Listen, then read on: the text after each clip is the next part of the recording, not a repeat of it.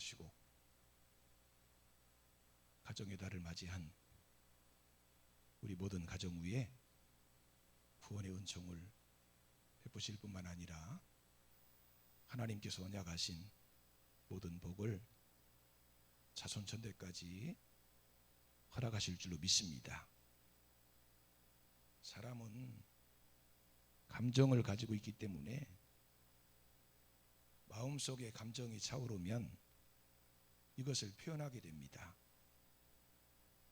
예를 들면 박수를 친다든지 노래를 부른다든지 춤을 춘다든지 해서 감정을 밖으로 표출하게 됩니다. 어떨 때는 아무 대상이 없이 혼자서 감정을 표출하기도 하고, 어떨 때는 다른 사람들 앞에서 감정을 표출하기도 하고, 우리 믿는 사람들은 하나님 앞에서 우리의 감정을 표출하기도 합니다. 우리가 함께 봉독한 본문은 할렐루야로 시작해서 할렐루야로 마치는 할렐루야시로 알려져 있는 말씀입니다. 특히 우리가 왜 하나님을 찬송해야 하는지 그 이유를 설명하면서 우상을 섬기는 자들의 어리석음을 지적하고 있습니다. 오늘 본문 말씀은 먼저 하나님을 찬양하는 일에 하나님의 성전에 올라가 있는 사람들을 초청하고 있습니다. 1절과 2절 말씀 다시 한번 같이 봉독하겠습니다. 할렐루야, 여호와의 이름을 찬송하라. 여호와의 종들아 찬송하라. 여호와의 집, 우리 여호와의 성전, 곧 우리 하나님의 성전뜰에 서 있는 너희여. 시편 기자는 이미 성전 안에 들어와 있는 자들을 향해서 여호와의 이름을 찬송하라고 말하고 있습니다. 우리가 하나님을 찬송해야 될 이유가 어디 있습니까? 첫 번째로 무엇보다 우리가 하나님을 찬송한다는 것은 하나님의 은혜를 받은 증거이기 때문입니다. 하나님께서는 우리에게 크게 두 가지 은혜를 주십니다. 하나는 모든 사람들에게 주시는 일반적인 은혜로 물질적인 축복이나 정신적인 축복을 주시는 것입니다. 이런 축복을 받으면 기분이 좋아집니다. 그리고 다른 하나는 하나님의 백성들에게만 주시는 특별한 은혜로 우리의 영혼에 주시는 하나님의 은혜입니다. 이런 은혜를 받으면 그냥 기분이 좋아지는 정도가 아니라 기쁨이 충만해서 하나님을 찬송하게 됩니다. 그래서 우리 입에서 하나님을 찬송하는 소리가 나온다는 것은 하나님의 은혜를 받았다는 표시인 것입니다. 하나님을 모르는 사람들은 찬송해야 될 이유를 모릅니다. 그리고 하나님의 백성이라도 하나님과의 관계에서 죄의 담이 가로막혀 있는 사람들은 찬송이 나오지 않습니다. 그러므로 우리 입에서 찬송이 나온다는 것은 우리가 은혜를 받았다는 것이고 받고 있다는 증거인 것입니다. 두 번째로 우리가 하나님을 찬송해야 하는 이유는 하나님의 은혜를 받고도 하나님을 찬송하지 않으면 그 은혜가 소멸되기 때문입니다. 우리가 은혜를 받고도 그것을 찬송으로 표현하지 않으면 그 감동이 점차 줄어들면서 나중에는 다른 일에 그 모든 은혜가 다 파묻혀 버립니다. 근데 하나님의 은혜를 받고 하나님을 찬송하면 그 은혜가 더 풍성해지고 오래도록 지속되는 것입니다. 세 번째로 우리가 하나님의 은혜를 받고 하나님을 찬송하는 이유는 하나님의 능력이 나타나기 때문입니다. 우리가 하나님을 찬송한다는 것은 하나님께서 어떤 분이신지 선포하는 것입니다. 우리가 하나님을 선포하면 마귀가 벌벌 떨게 됩니다. 그래서 질병이 낫고 귀신이 떠나가는 능력이 나타나는 것입니다. 그리고 찬송할 때 하나님께서 함께 하심으로 우리 마음속에 있는 불안과 두려움이 사라지고 승리의 확신이 생기는 것입니다. 그래서 하나님을 찬송하는 것이 아주 중요합니다. 하나님을 찬송하시기 바랍니다. 하나님께서 함께 하시고 하나님의 능력을 체험하게 될 것입니다. 그런데 본문에 보면 여호와의 이름을 찬송하라고 말씀하고 있습니다. 이름이라고 하는 것은 소속을 나타내는 것입니다. 하나님의 백성들은 여호와의 이름에 속한 자들이기 때문에 여호와의 이름을 찬양하라고 말씀하고 있는 것입니다. 여호와의 이름을 찬송해야 될 사람들은 누구입니까?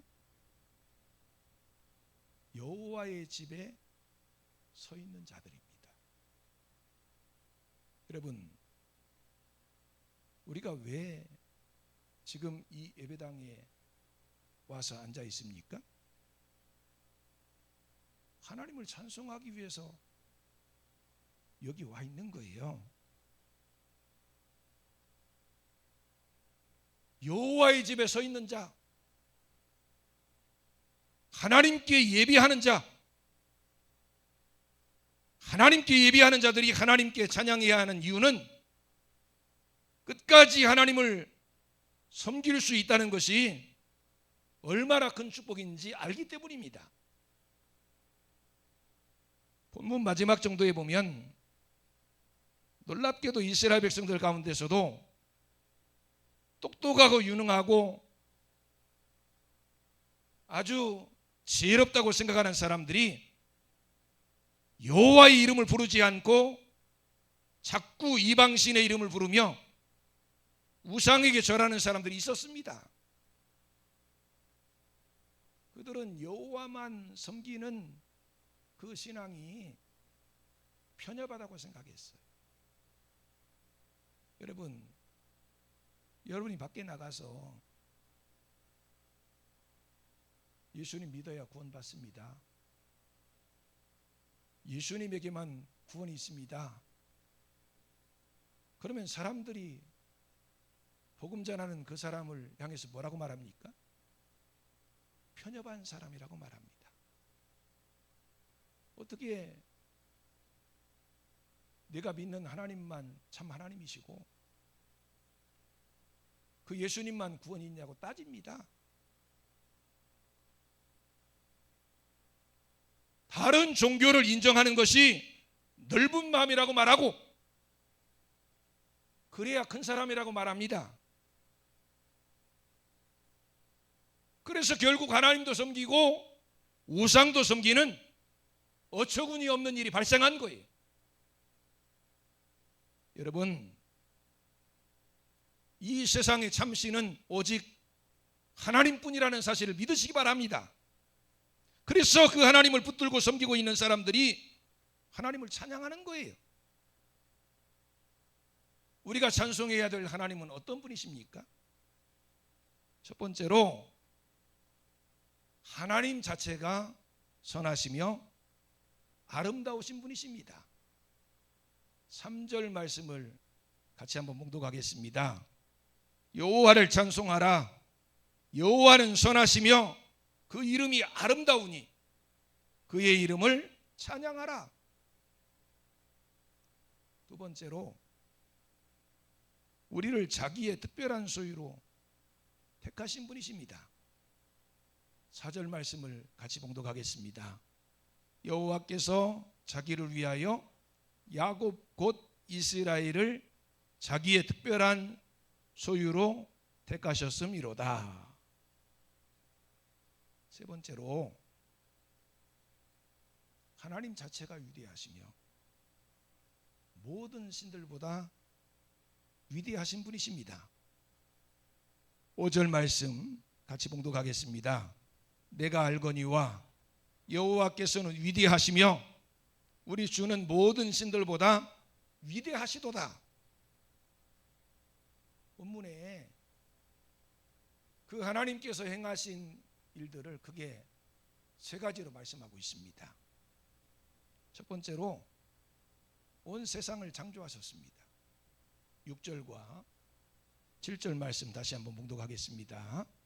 여호와께서 그가 기뻐하시는 모든 일을 천지와 바다와 모든 깊은 데서 다 행하셨도다. 안개를 땅 끝에서 일으키시며 비를 위하여 번개를 만드시며 바람을 그 곳간에서 내시는도다. 하나님께서는 온 천지 만물을 창조하셨고 그 모든 것들을 다스리고 계십니다. 천지 만물을 바라보며 하나님의 창조하심을 볼 수 있는 우리 모두가 되시길 바랍니다. 두 번째로 이스라엘 백성들을 구원해 내셨습니다. 8절과 9절입니다. 같이 한번 읽겠습니다. 그가 애굽의 처음 난 자를 사람부터 짐승까지 치셨도다. 애굽이여 여호와께서 내게 행한 표적들과 징조들을 바로와 그의 모든 신하들에게 보내셨도다. 하나님께서는 엄청난 능력, 하나님의 백성들을 구원해 내셨습니다. 그리고 죄와 싸워서 이기게 하셨습니다. 세 번째로 하나님께서 자기 백성들을 심판하십니다. 14절 말씀 같이 한번 봉독하겠습니다. 여호와께서 자기 백성을 판단하시며 그의 종들로 말미암아 위로를 받으시리로다. 우리의 삶은 이 세상에서 모든 것이 끝나는 것이 아닙니다. 반드시 하나님의 심판대 앞에 서야 합니다. 믿는 사람이든지 믿지 않는 사람이든지 누구를 막느나 하나님의 심판대 위에 서야 합니다. 그런데 중요한 차이가 있습니다. 믿는 사람들은 어떤 심판을 받아요? 긍휼에 풍성하신 심판을 받습니다. 하나님이 살려주시려고, 하나님이 상을 주시려고, 하나님께서 면류관을 씌워주시려고 심판하시는 것입니다. 하지만 믿지 않는 사람들은 긍휼이 없는 심판을 받습니다. 영원한 지옥불에 던지기 위해서, 영원한 고통 속에 살게 하시기 위해서 하나님이 심판하신다는 사실을 기억하시기 바랍니다.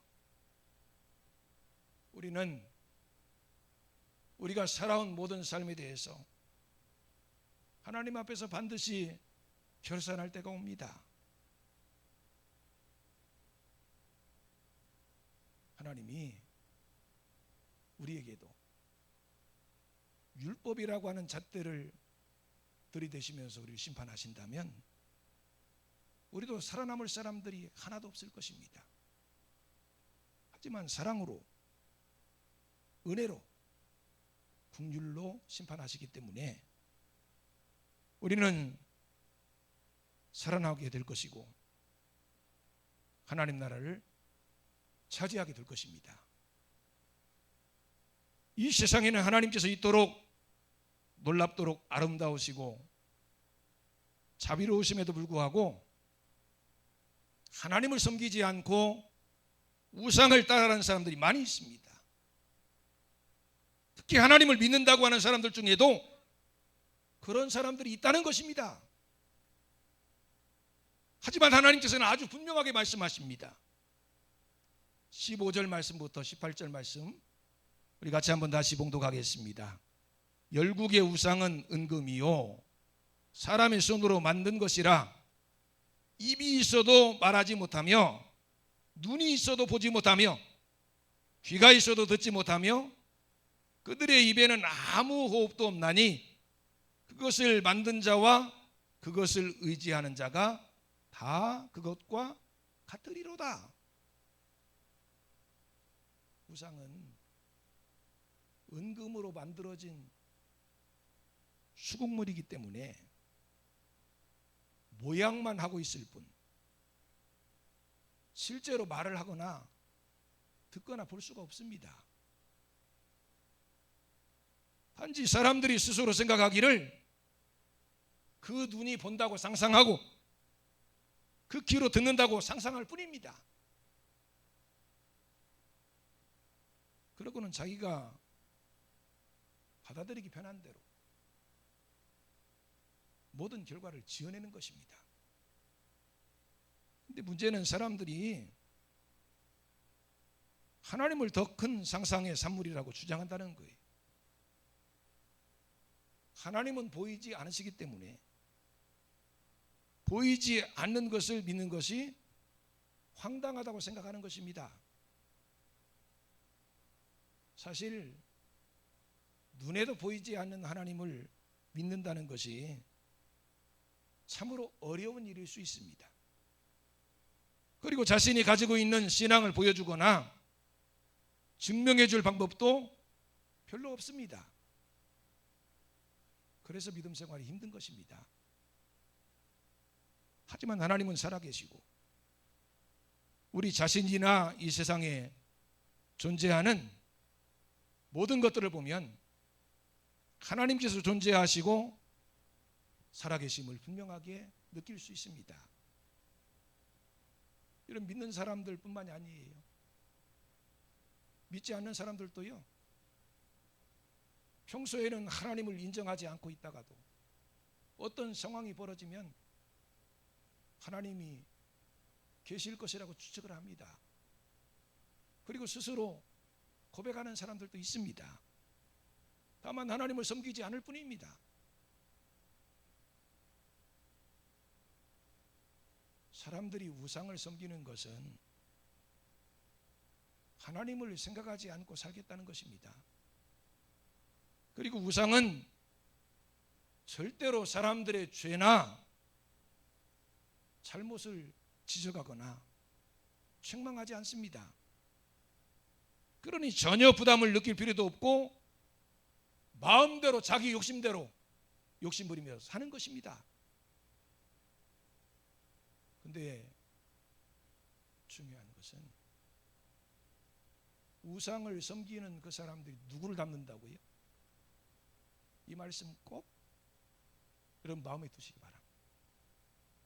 우상을 섬기는 자들은 누구를 닮는다고요? 우상을 닮는다. 우상은 죽어 있습니다. 보지도 못합니다. 듣지도 못합니다. 말하지도 못합니다. 그런 사람이 되는 거예요. 우상을 섬기는 자들이 우상같이 된다고 분명하게 오늘 성경은 말씀하고 있습니다. 그러므로 오늘 본문의 결론은 무엇입니까? 19절에서 22절 말씀 함께 말씀 봉독하겠습니다. 이스라엘 족속아 여호와를 송축하라. 아론의 족속아 여호와를 송축하라. 레위 족속아 여호와를 송축하라. 여호와를 경외하는 너희들아 여호와를 송축하라. 예루살렘에 계시는 여호와는 시온에서 찬송을 받으실지어다. 할렐루야. 여호와를 송축하라는 거예요. 이스라엘 족속도 아론의 족속도 레위 족속도 여호와를 경외하는 모든 사람들도 여호와를 송축하라고 말씀하십니다. 하나님을 송축하면 하나님께서 함께 하시고 역사하십니다. 하나님을 송축하면 모든 마귀의 세력이 두려워서 달아나게 됩니다. 하나님을 송축하면 송축할수록 더 큰 성령의 은혜가 임하게 되고 더 많은 사람들이 생명의 빛으로 돌아오게 될 것입니다. 여호와를 송축하시기 바랍니다. 기도하시겠습니다. 하나님만 섬길 수 있는 은혜 주심을 감사합니다. 하나님을 찬양하는 저희들이 되게 해주시옵소서. 예수님 이름으로 기도드리옵나이다. 아멘.